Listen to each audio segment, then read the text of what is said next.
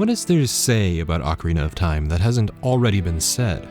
Well, not a whole lot, so I won't try to say anything. You all know what this game is, the first 3D Zelda game. There are a wide range of opinions on the game nowadays, but I think it's important to remember there was a time not long before the dawn of internet discussion that Ocarina of Time was hailed as a masterpiece of game design. For many people, it still holds that title, but there are an increasing number of people coming out of the woodwork to recognize the game's faults. It is, after all, the first 3D Zelda, and one of the first 3D action-adventure games ever made. It's bound to have flaws. It's important to highlight when flaws are fixed, and it's why I feel remakes are just as important as brand new games. Ocarina of Time 3D is the definitive version of the game. There is no reason to play the N64 original beyond its retro appeal or nostalgic value. The aiming is much more precise thanks to the innovation of the gyroscope, textures and character models have been completely remade for the modern day, and with it a smoother frame rate from 20 frames to 30 frames. Not quite 60, but I'll take it over the sluggish pace of the original. Inventory management is handled on the bottom screen of the 3DS, which makes for quick menu access. The iron boots and hover boots are now face button items instead of equipment to be changed in the menu. You can take the iron boots on and off at the press of a button, significantly improving the pace of the dreaded water temple. Link can also have 4 items on face buttons for instant use instead of 3 with the N64's C stick. Well, not really a stick, I guess. They're C buttons. Whatever. The bottom screen displays the map of the area you're in, how many keys you have, how many rupees you have, and the ocarina is forever bound to the bottom left so you never have to swap it out with another face button item. The text crawl has been shortened so the story presents itself at a much more respectable pace. The Sheikah stones were introduced to give players a hint as to what to do next, which is a godsend given how obtuse progression is in between dungeons. The 3DS version comes with some new bells and whistles, like a boss rush and a packed-in Master Quest mode with redesigned dungeons and a mirrored map, similar to how Twilight Princess was handled across versions. I happen to believe it's simply inarguable that the N64 is anywhere close to the 3DS version. It's fine to still prefer playing the N64 version, of course, everyone has preferences, but there are almost no downsides to playing the game on the 3DS besides the smaller screen size. As a result, this retrospective is going to be heavily focused on each game's remake, excluding the last 2 games which don't have any. You might as well call this a 3D Zelda remake discussion because they will be the foundation of my critique. There are plenty of other analyses of each original game out there for you to enjoy. I recommend the videos from Matthew Matosis and Retropolis Zone for Ocarina of Time specifically. So yeah, the 3DS version is clearly superior. Let's get into the actual game on offer here because not much has really changed. Same story, same dungeons, same items. What do I make of The Legend of Zelda Ocarina of Time 3D? Here's some context. I have significantly more experience playing 3D Zelda. If I'm honest, I've never gotten even a quarter of the way through A Link to the Past. I'm sorry, I know that's a death sentence in the Zelda community, but I haven't. On the contrary, A Link Between Worlds is the only 2D Zelda game I've ever finished and loved. The rest of my love for the franchise is rooted solely in the 3D installments. As a result, I don't have much in the way of comparison to A Link to the Past. I do, however, see the difference between the design philosophy of Ocarina when compared to the first Zelda game. The first Zelda game was a pure adventure. It plopped you into a world, said go, and it was all up to you. It forces nothing on you. Hell, you can even skip the sword if you don't decide to enter the cave. I can't say I particularly like playing the original Zelda. I find it extremely archaic and the combat is strictly limited to short stabs in the 4 directions Link can walk. This control scheme feels really outdated and it artificially enhances the game's difficulty in a way I don't appreciate very much. However, there is one thing I absolutely respect about the original Zelda. The sheer freedom it allows the player. You can go anywhere and do anything. It might end up biting you in the ass if you aren't prepared, but that feeling of getting lost in a game, just exploring everything it has to offer without the constant nagging waypoint telling you where to go next, is a promising idea. Were it attached to a competent game, I'd be all for it.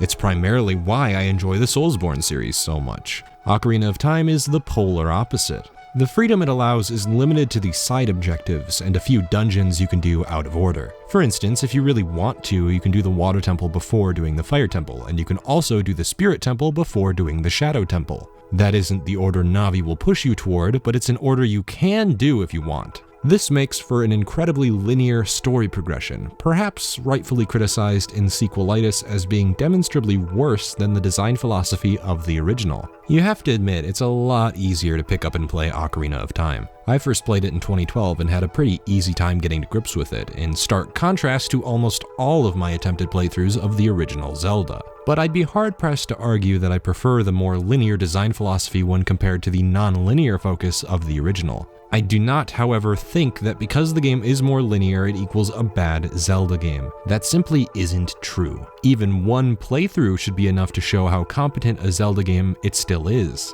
One of the downsides to having a game be so non-linear is the question of how to handle the story progression. There's an ever-pervasive monster haunting the narratives of open-world gaming, and that monster's name is a big, scary concept known as ludonarrative dissonance. I can demonstrate what I mean using Fallout 4. I know everyone likes to pick on this game, but can you really say it's without justification? The setup of that game's story involves your significant other being murdered in front of your eyes and your child being stolen. Your character's drive is to save your child from whomever decided to fuck with you. There is a jarring disconnect in such a non-linear game when you can completely ignore the main quest to save your child in favor of doing relatively less important quests in the wasteland. There is a very real possibility that the priorities of the player will directly contradict the priorities of the playable character. This dissonance grows ever stronger the more you're allowed to do, and in an open-world Bethesda Softworks game, that means several hundred hours of content completely divorced from the main story.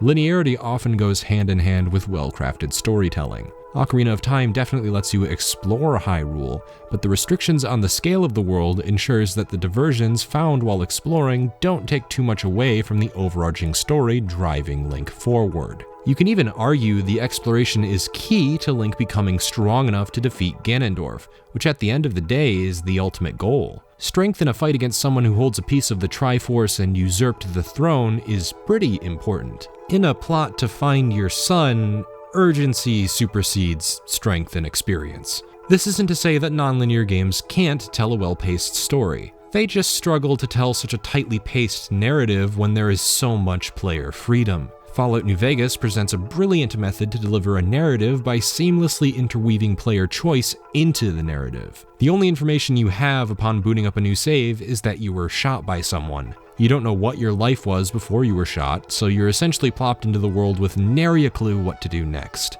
You can track down your shooter, sure, but it's entirely realistic your character wouldn't want to do that. Some people might want to avoid the person who nearly murdered them. Within the context of Fallout New Vegas' beginning, you are given the freedom to explore the world and uncover its secrets without the shackle of an overarching character need. From this point, you can go about the story of the game however you like, with several different factions you can align with, which lead to several different endings based on what you believe your character would do at any given moment. This is the key to non-linear storytelling, and as great as it is to have such a wide array of choices, you still can't get the same linear story experience, at least one with good pacing. All of this is to say that Ocarina of Time delivers a simple yet compelling narrative because of how linear it is. The evolution of Child Link faffing about in Kokiri Forest, waiting for his life to start, into fully equipped adult Link who readily takes on Ganondorf after storming his castle, is such a satisfying leap. It so seamlessly ties into themes of growth. As a kid, you can't do much, and no one really asks you to do a whole lot.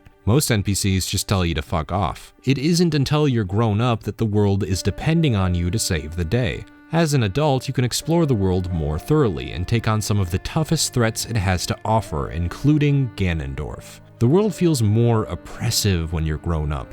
Hyrule Castle is ruined, filled with Gibdos. Lon Lon Ranch has been taken over by this asshat. Goron City is empty after the Gorons were all captured and locked away in the Fire Temple. Zora's domain is frozen over. You're the only one who can save Hyrule. It's a very empowering story for a child to experience, but it's also easy to relate to after you really do grow up. Growing up is a bit scary. You have more responsibility, more power, more authority. It's easy to crumble under the pressure of it all, but Ocarina of Time shows you can surmount even the most intimidating obstacles. Ganondorf proves that. He is a scary son of a bitch. He only appears briefly, and because of that, it's always a big deal whenever he shows up. The brief encounters you do have with him show off his hostile appearance, and after he steals the Triforce from the Sacred Realm and takes over Hyrule, you run through the rest of the game knowing he's waiting for you in his castle. Eventually, you'll have to take him on. The final fight is such a rewarding payoff because of that. You've managed to save the Gorons, Princess Ruto, Nabooru. You can save Hyrule from the clutches of Ganondorf after all you've done. The climax is incredibly powerful, and that final blow to the skull is one of the best feelings ever. It would be very easy to understate the narrative of Ocarina of Time, but it's so core to the overall experience, I have a hard time believing the game would have been as strong without it. That said, I'm not usually playing Zelda for the story, so let's examine how such a linear progression affects how you play the game. 3D Zelda gets a pretty bad rap for having very lengthy opening sequences that harm multiple playthroughs. I think one of the most surprising aspects to Ocarina is how quickly it gets going. You explore Kokiri Forest and get to grips with the controls of 3D Zelda, which are admittedly hard to adjust to. The A button doesn't jump, it rolls.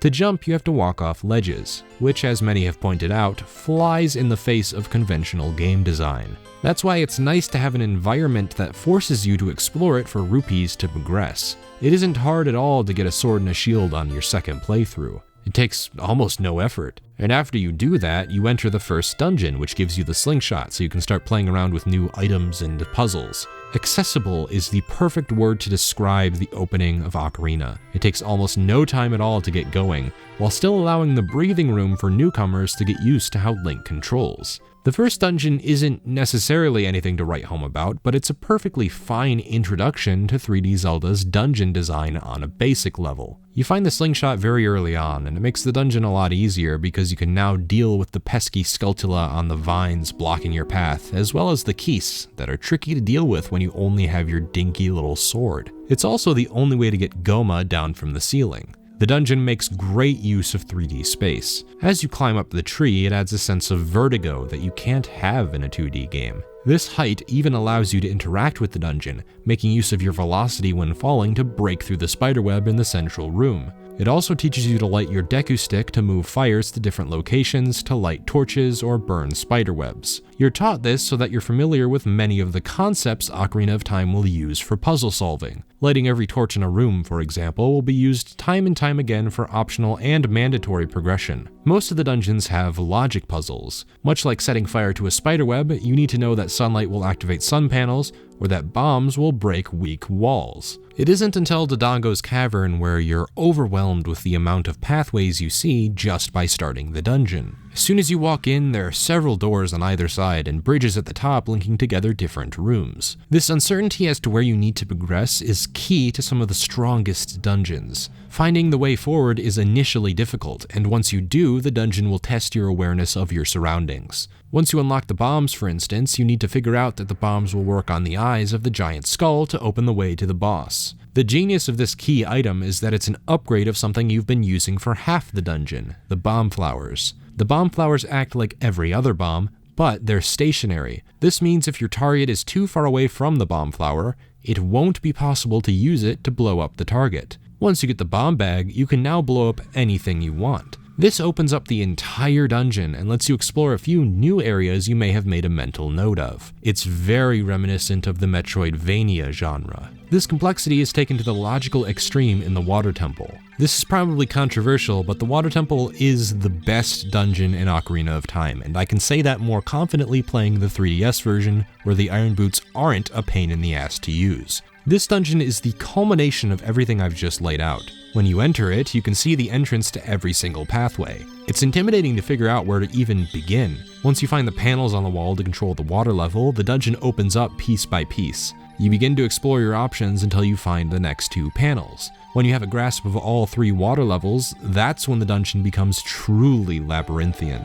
Your progress is gated in two main ways, the long shot and the amount of small keys. Since the water levels open up so many pathways, you'll often enter a path and be forced to turn back because you lack a small key to open the door, or your hookshot isn't long enough to reach a hookshot panel. What this forces the player to do is ruthlessly explore each and every pathway and experiment with the water levels until you obtain that small key you desperately needed, or that long shot to finally cross that gap you couldn't cross before. Since the pathways aren't very long and the central room is pretty small, it ensures that backtracking isn't overly cumbersome. This is very good because odds are you'll end up doing a lot of backtracking to fuck with the water levels to find the correct pathway forward. The rest of the dungeons in the game try to live up to the water temple to varying degrees of success. It's still somewhat easy to get lost in the fire temple, for instance, because there are so many pathways. Once you get the Megaton Hammer, the dungeon is significantly more straightforward, but the path to that item is fairly arduous.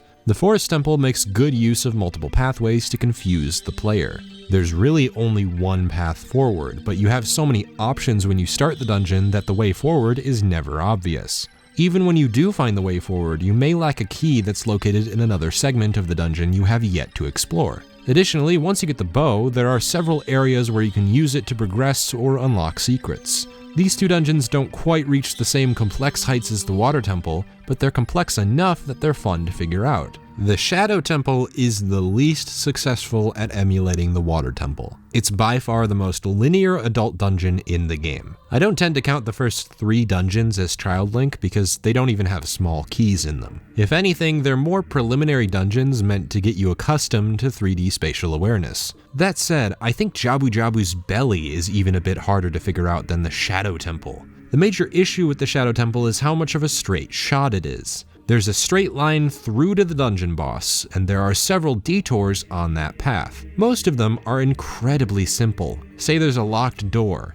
There's probably a detour right around the corner to unlock a small key to open that locked door. You can never have more than one small key. Every time you get one, you use it 10 seconds later to open up more of the main path. I wouldn't say it's a terrible dungeon, but it is comparatively much weaker. It's blindingly linear. The Spirit Temple errs on the dangerous side of this linearity, but I think it's saved by the unique implementation of the time travel. Having to play the first half of the dungeon as Child Link is a major handicap. Child Link can't use the hookshot or the bow. He has to revert back to using his dinky sword, slingshot, and boomerang. He even goes up against enemies that Adult Link is required to fight, including the Iron Knuckle at the end of his segment. Without this, the Spirit Temple would probably be even worse than the Shadow Temple. It's very easy to figure out where to go next, and from there you progress from room to room until you get the boss key and go straight to the boss without much to think about. There may be even less branching paths than in the Shadow Temple. The reason I find this very important is because the actual puzzle solving is pretty hit or miss. There are some successful puzzles.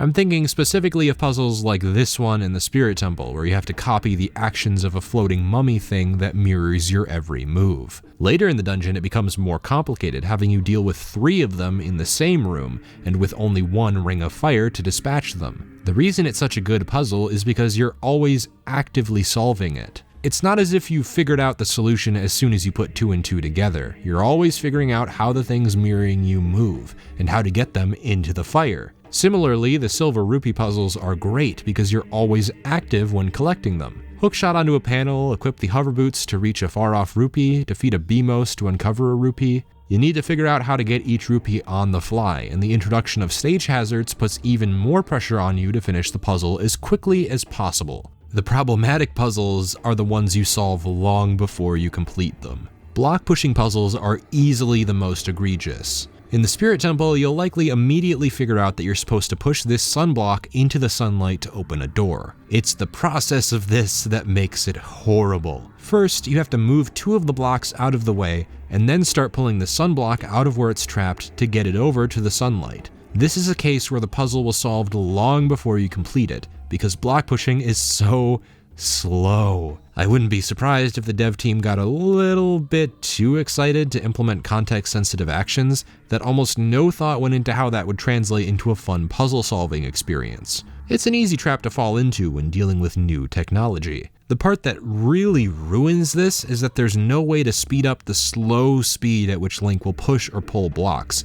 Even when he gets the silver or gold gauntlets, he still pushes every block at the same speed. I'm willing to chalk this up to a simple oversight, because block pushing has never been as obnoxious in any other Zelda game except this one. At least they learn from it, right? Additionally, there are puzzles that make use of the 3D space. Be that an eye on the wall you need to shoot with your bow and arrow, or a hookshot panel hidden on a ceiling to make it to a high up area. These aren't so much puzzles as they are tests of your spatial awareness. It's used most effectively when you do things like shoot an arrow through a flame to melt an eye panel. This is something the game never teaches you how to do, but it's the logical conclusion to the puzzle given how little there is in the room. It calls back to the logic puzzles I mentioned earlier. Most of the time, finding my way through a dungeon was much more satisfying than the puzzles I had to solve in them. While some of the puzzles are fairly weak, it doesn't take away from the feeling of accomplishment that comes from fully exploring every nook and cranny for optional items and extras. The way I see it, eye panels and bombable walls are just more unique ways to progress as opposed to the dungeon simply using a door. Yeah, they might not be hard to figure out, but it's better than just walking up to a door and pressing the A button. The block puzzles though, yeah, I can't really defend those. How about the bits in between dungeons? They serve as an opportunity to test out some of your new items in the overworld, as well as dole out new bits of story, most likely from Sheik. Unfortunately, there are more than a few times where the logical next step is, well, illogical. The best example I can think of is after you leave Kokiri Forest. Saria gives you an ocarina as a parting gift and you run off. To make a long story short, you use the ocarina to open a path to Darunia to hopefully get him to open the path to Dodongo's cavern. You try to play Zelda's lullaby and it doesn't work. He keeps saying he wants something he can dance to. I'm not sure how in the fuck you're supposed to figure this out. The only reason I eventually figured it out is because Navi tells you, hey, maybe you should go talk to Saria. The logical next step should never be to travel back to Kokiri Forest to talk to Saria, especially after your heartfelt goodbye with her moments before. But no, you have to do the Lost Woods puzzle, talk to Saria so she can teach you a song to make Darunia happy again. There is no reason I can think of that Saria couldn't have taught you the song when she gave you the ocarina. This means you have to run back to Kokiri Forest through Hyrule Field, which is one of the most barren overworlds in gaming history. Yes, I'm aware there's a shortcut in Goron City to the Lost Woods, but you can't open that up until you play Saria's song to Darunia. When you do that, you'll get the ability to pick up bomb flowers, thus opening up the shortcut. But until then, you're stuck hauling ass across Hyrule Field. Once you're done with Saria, you have to backtrack from whence you came, lengthening the process of opening Dodongo's cavern even more. I'm not sure how else to get this across, it's shameless padding. There are other minor instances of this, like when you first leave Kokiri Forest. There is no possible way to make it to Hyrule Castle in time before nightfall, which is when the drawbridge raises and you can't enter until morning. While it is nice that it forces you to figure out that you can't enter Hyrule at night, it means that you have to wait until daytime to enter, which for me means running around in a circle or fighting the Stalfos to bide time. Yeah, I know, I'm sure there are speedrunners out there that can make it across Hyrule Field before nightfall. I wouldn't doubt it. But your average player wouldn't know how to do that, would they? If you want a really horrible example that everyone points out, it would be the entrance to Jabu Jabu's belly. You have to do this minigame where you dive for rupees to get a scale that lets you dive underwater. You use this scale to dive under the water in Zora's domain, which leads you to Lake Hylia. There's a bottle with a note from Princess Ruto, who is trapped in Jabu Jabu's belly. If you show it to King Zora, he'll let you through. Well, he'll slowly let you through. You know, eventually he'll let you through. Eventually. You know, sometime this week, please? Yeah, so that. Then you're at Jabu Jabu and you're out of hints. All you have to go on is a sign telling you not to disturb him. There is truthfully no way to progress unless you bottle up a fish in Zora's domain and bring it up to Jabu Jabu so he can eat you. The only reason I have never struggled with this is because before my first playthrough of the game, I heard all the bitching online. It's such a legendary example of how not to do progression gating, and everyone complains about it. For good reason, it isn't a logical chain of events. The bits in between dungeons are really boring and obtuse, and that extends to some of the side objectives, of which there are many.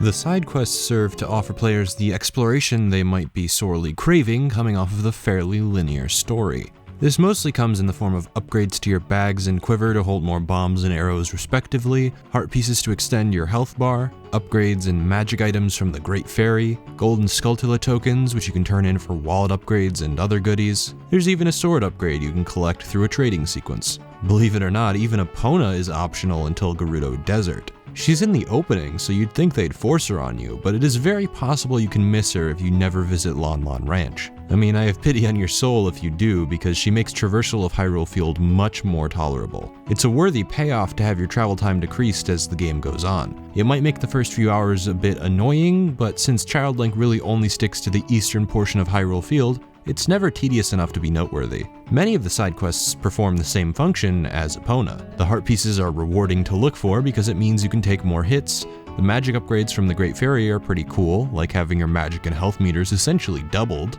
Additionally, finding upgrades makes Link feel more powerful as you trudge along. The Big Goron sword is a fantastic reward. You have to hold it with two hands, meaning you can't use your shield, but it is the strongest weapon in the game, ironically outclassing the Master Sword in almost every way. There are also mandatory upgrades that come in the form of dungeon items that serve the same purpose, but also offer some elements of Metroidvania to the exploration. For instance, after you get the bombs, you can bomb holes in the ground in Hyrule Field to find golden sculptulas and rupees. I wouldn't say there are a ton of elements outside of this that truly make use of the dungeon items in the overworld.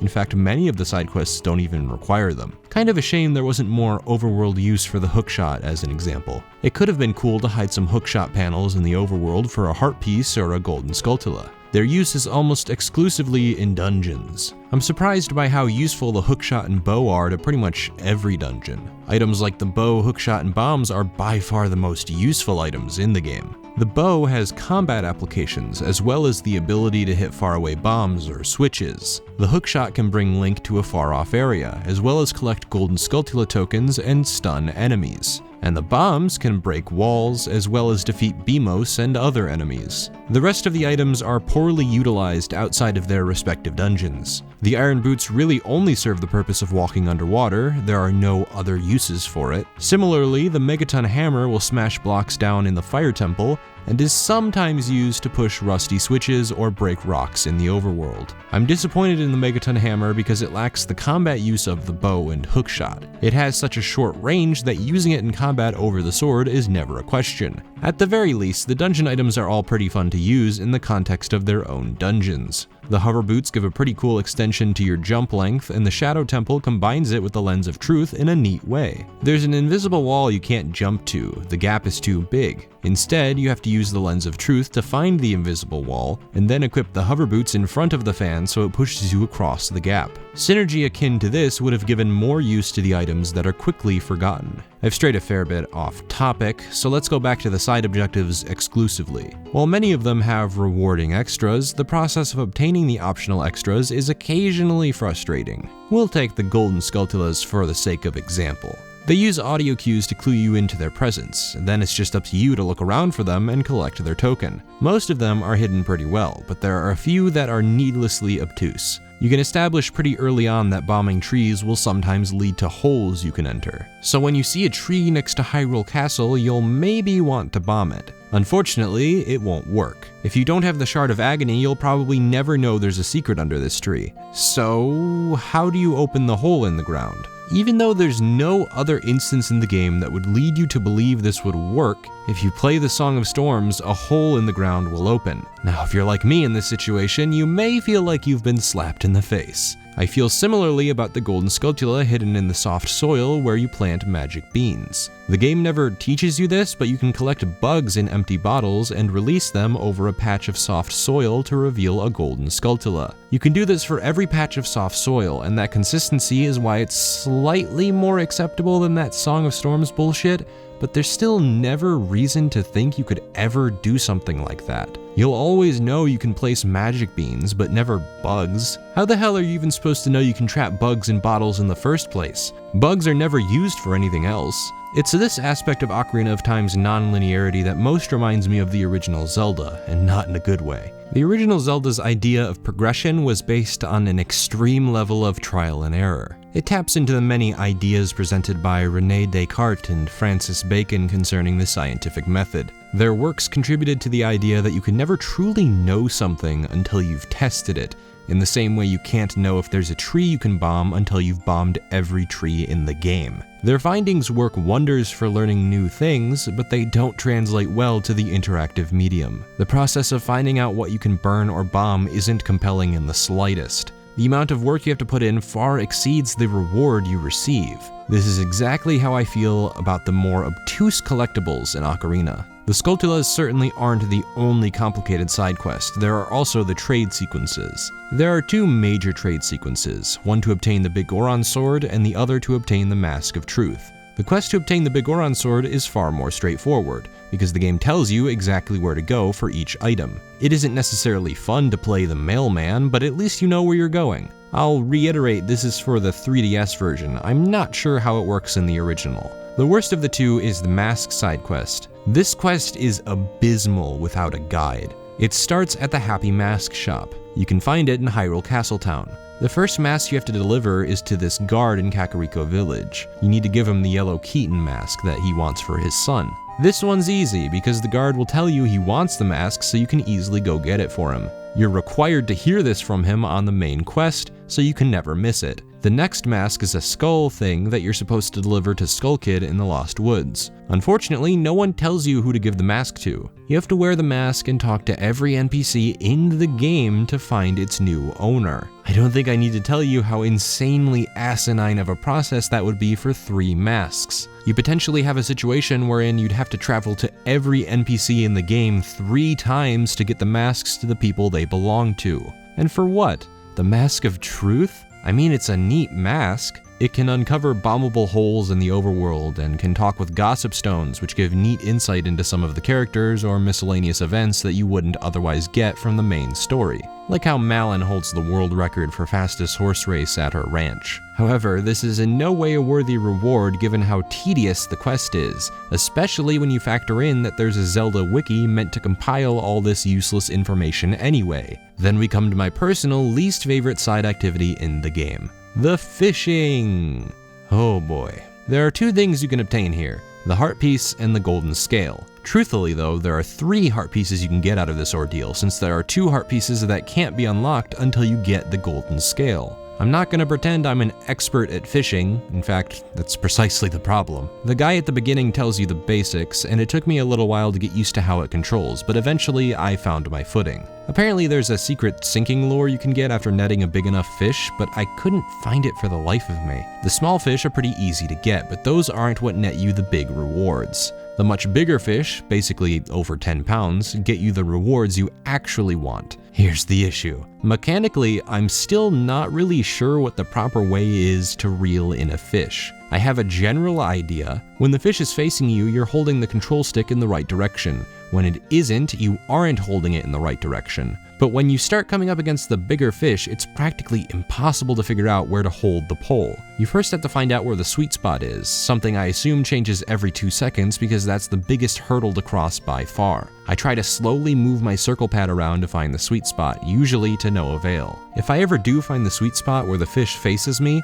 I found that circling around very slowly counterclockwise will make sure you keep hitting all of the sweet spots that change every couple seconds. If you can do this correctly, I think this is how you fish. The major issue is with the first sweet spot. It's so hard to find that most of the time, the fish would escape my lure after 3 or so minutes of fucking around. If you fail to catch the fish, it swims to the middle, where unless you have that sinking lure, you can't catch shit. They're too far below the water to even notice your lure. This means you have to return the fishing pole, exit the fishing hole, re-enter the fishing hole, pay another 20 rupees to fish, then the fish will have respawned where it began when you first entered. I was at this stupid fucking minigame for a good 3 hours before I finally got what I needed. I'd rather play Big the Cat in Sonic Adventure 1 than this trite. Now, I do want to highlight some of the better side objectives because they do exist. The Gerudo training grounds are pretty damn fun. I'll admit, I've never used the ice arrows in my life. Not joking, never thought to ever use them, so in that respect, the reward is underwhelming. But the dungeon itself is cool, making use of small keys to find treasures at the end.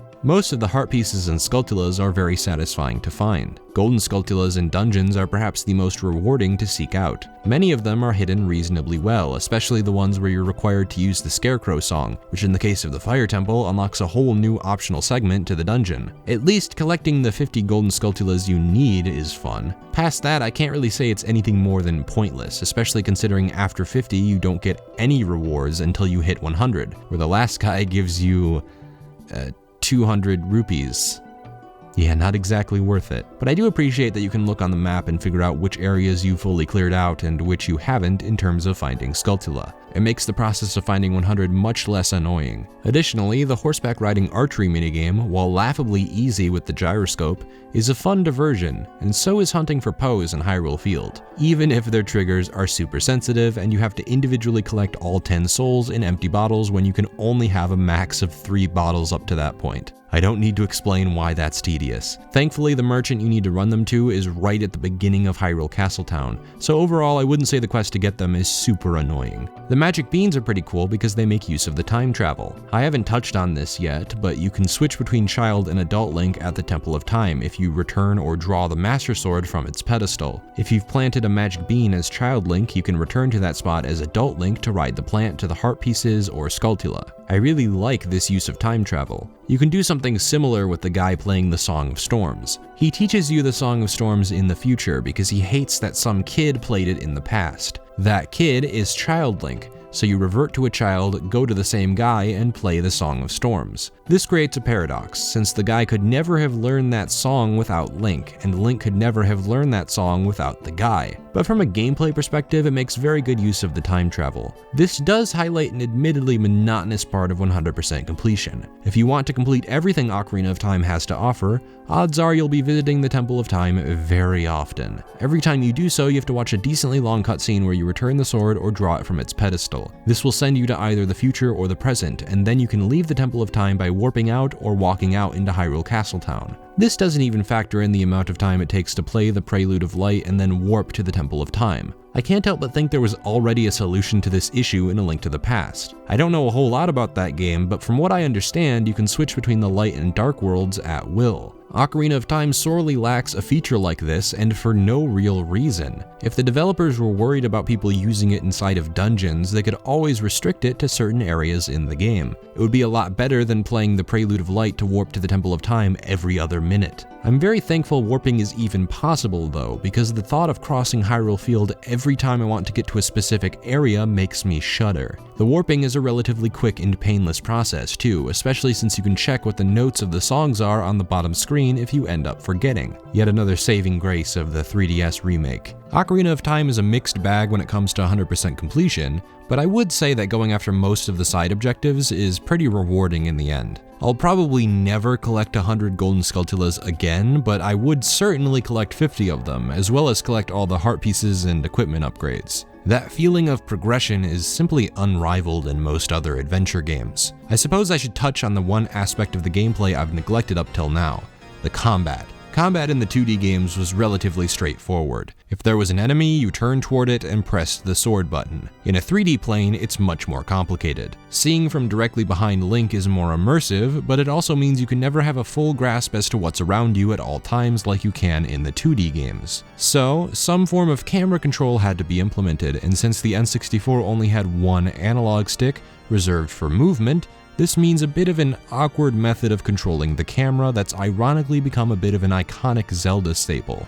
You have to face a direction and press the L button to recenter the camera in that new direction. This is how you'll keep yourself aware of enemies around you. In order to ensure that combat flows better, Z targeting was introduced. If you press and hold the L button, or the Z button in the case of the N64 controller, you recenter the camera on that enemy. Link's controls change when locked on. Instead of turning when moving left, Link will now strafe around the enemy. He can also do a jump attack and backflip when strafing that he can't perform in his normal state. His basic attacks include horizontal and vertical slashes, as well as a stab he can perform when the analog stick is pushed upward. Additionally, you can spin the control stick around to perform a spin attack, or you can hold down the attack button to charge the spin attack for more damage. I'd be lying if I said the swordplay had depth. It really doesn't. The enemy AI is pretty poor. They often just hold their guard up and strafe around Link until they eventually attack you, leaving themselves open. The problem is they sometimes take a very long time to attack you. Since there's a lot of waiting involved in combat, I found myself spamming the spin attack more times than I would have liked. It's just too reliable a move for me to not spam it. Whenever there's an opening, a spin attack will always follow up that opening reliably, and occasionally it can cut right through enemies even during their guard. I'm thankful Link's other items can influence the combat. The hookshot can stun an enemy, giving you more time to follow up, and the bow can obviously damage enemies. It isn't a huge amount of variety, but it does serve to spice up the combat even a little bit. And trust me, with the pacing of these battles, you really need that. Unfortunately, the Z targeting isn't perfect. There are numerous times where the game will take priority to recentering the camera over locking onto an enemy, meaning if you turn around to lock onto an enemy, there are several occasions where the game will just center the camera instead of locking on. This irks me a lot when fighting Keese. The fastest way to take them out is to lock onto them and shoot them with your bow, but more often than not, the camera would center instead of locking on, leaving me open to a hit while I try to lock on proper. The priority should have been placed on the lock on, not the centering of the camera. I'd say Dark Souls is a much better evolution of Zelda combat. It's much harder, the enemy AI is much more intelligent and harder to avoid, and it lends a sense of complexity to fights that simply isn't present in Ocarina of Time. The combat is just boring. It's severely underdeveloped, and I'm glad there aren't a metric fuckton of enemies, or the game would fall flat on its face. Some of the bosses seem to suffer from some of the same issues, although most of them are pretty fun to fight. Bongo Bongo suffers from the Z targeting issue. Since there are 3 targets, his 2 hands and his head, targeting can prove to be slightly problematic. You can end up locking onto the wrong portion of his body, and for some reason locking onto his head is a bit finicky, which makes the fight a bit of an annoyance when you're first adjusting. Outside of that though, he is the only boss which is defeated with an item from another dungeon. You use the bow in tandem with the Lens of Truth, so you're still using a dungeon item to beat him a la the Lens of Truth, but the added use of the bow gives the boss a sense of variety that I enjoy. The rest of the boss fights aren't particularly hard, but they are satisfying enough to fight. The first 3 bosses aren't anything to write home about, I'll admit. I mean, throw bomb into mouth, hit head, avoid, repeat isn't exactly compelling. Phantom Ganon though, he's cool. You have to constantly twirl around your bow to find Ganon in the paintings. You also have to make use of audio cues to make sure you're looking at the right one, because in some of the paintings there's a fake Phantom Ganon. His second phase is Energy Tennis, where you hit the energy back at him with the correct timing. You don't have to use your sword though, you can use an empty bottle, which I find very, very amusing. I'd also ask you pay attention to some of the videos I'm going to do later in this series. The Phantom Ganon fights all make use of the empty bottle, and it's fucking hilarious. I don't know why it's so amusing to me. Twinrova is a similarly fun boss, although unfortunately you can't use your empty bottle to reflect their ice and fire beams. Instead, you use the mirror shield to reflect them.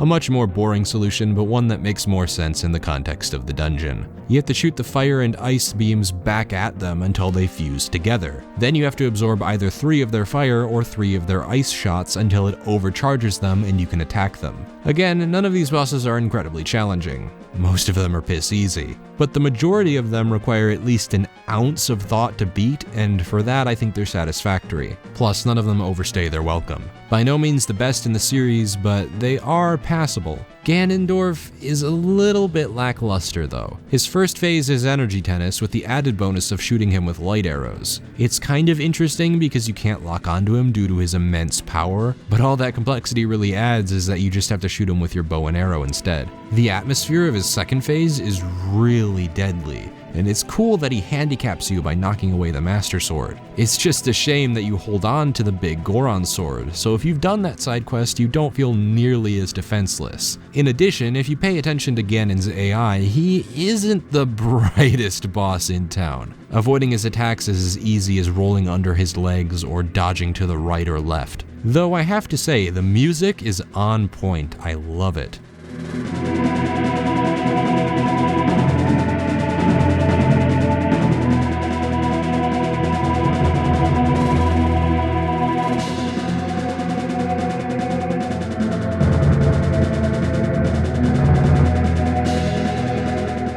Most of the music is ambient dungeon, cave music that serves to fit the mood of each area.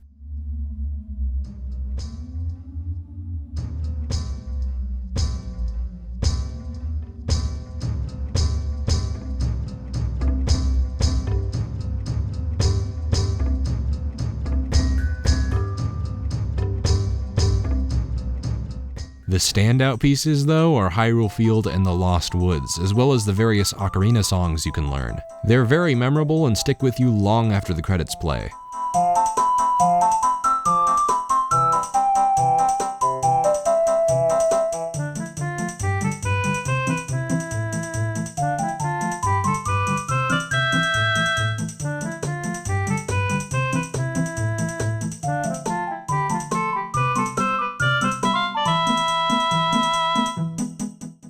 thank you, Koji Kondo. I love that man. Graphically, it improves quite a great deal on its N64 counterpart and is one of the better looking 3DS games. Everything has been remodeled. The backgrounds actually have models this time around, so Hyrule Castletown looks decent. Aesthetically, it's pretty standard fare, although I think the dungeon designs are part of the reason they're so fun to play around in. What this game lacks in satisfactory puzzles, it makes up for in unique visual design to make each temple distinct. The Forest Temple is easy to distinguish from the Fire Temple, and so on. I will say that they all sort of look like temples. I mean, I guess that's the point. I would have liked a bit more unique visual variety, because a lot of them seem like they have the same structure. A lot of them look like ruins, a lot of them have similar looking doors and switches. Really, it's the colors and everything surrounding the dungeon that makes it look different. You know, the Forest Temple is green, the Fire Temple is red, the Water Temple is blue, but a lot of them just look too similar for my tastes.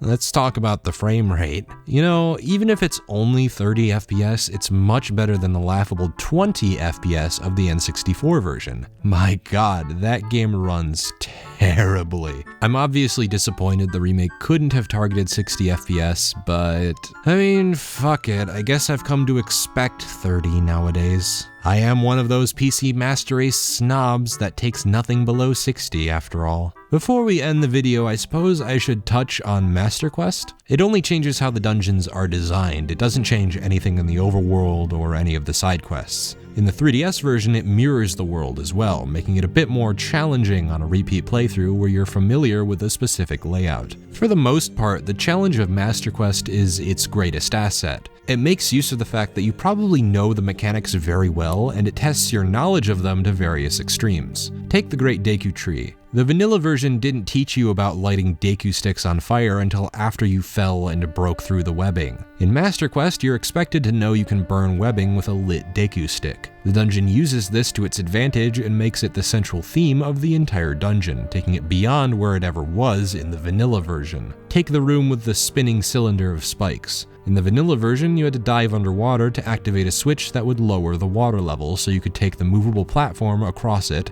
and be safe under the spike cylinder. This switch doesn't exist in Master Quest, so the solution is to duck under the spike cylinder instead. But you also have to stand on a switch that activates a torch next to you. As soon as you step off the switch, the torch deactivates. So you need to use your Deku stick and quickly run over to the fire and jump onto the platform before it moves away from you, duck under the spike cylinder, and light the two torches to open the door. This wouldn't work as well if you didn't have the knowledge you acquired by doing a normal playthrough. If Zelda were to adopt a difficulty selection, I'd rather have this than some of the solutions posited by future remakes which only tweak damage. This isn't to say Master Quest is executed perfectly, it's more to say I would prefer this route for adding difficulty to Zelda games. Master Quest has a couple frustrating aspects that keep it from realizing its full potential. Firstly, many of the dungeons begin to use Song of Time blocks as a means to waste your time. They place them in strange places, and the only option you have to move them is to pull out your ocarina and play the Song of Time. In terms of engagement, it's about as interesting as pushing a block around. Secondly, there are moments present even in the first dungeon that you'll have to backtrack if you want to collect everything. The Great Deku Tree requires both the ocarina and bombs to fully complete it, which you can't obtain until you progress further into the game. I do still think it's worth playing Master Quest in addition to a run-through of the normal game. It's no holds barred in terms of what mechanics they'll splice into each of the dungeons. You actually see a silver rupee puzzle as early as Dodongo's Cavern. I can't stress how vital Master Quest is in strengthening the replayability of Ocarina of Time. The mirrored world helps this too. It sounds like a simple change, but it completely changes how you look at the dungeon, especially if you know the dungeon layout very well. In addition to the puzzles being completely reworked, you'll now have to accept that left means right and right means left. It's enough to keep the extra playthrough fresh, and it's a shame a concept like Master Quest has never been attempted since. It's yet another reason Ocarina of Time has aged marvelously, even when you only factor in the improvements added in the 3DS remake. Despite that, the core game is still incredibly solid. I have no doubt that if I were to pick up the N64 version, I could get into it. I might not like the aiming or the iron boots, but it would still be an accessible 3D Zelda experience. I'm shocked at how much I ended up really enjoying this game. I remember all those years ago, I didn't think much of it on my first playthrough, but upon playing it again for review, I have a newfound respect for it. It was the first of its kind in so many ways. It had practically no points of reference. How do we do an action-adventure game in 3D? There are so many variables to consider, so many potential problems that pop up when making the leap.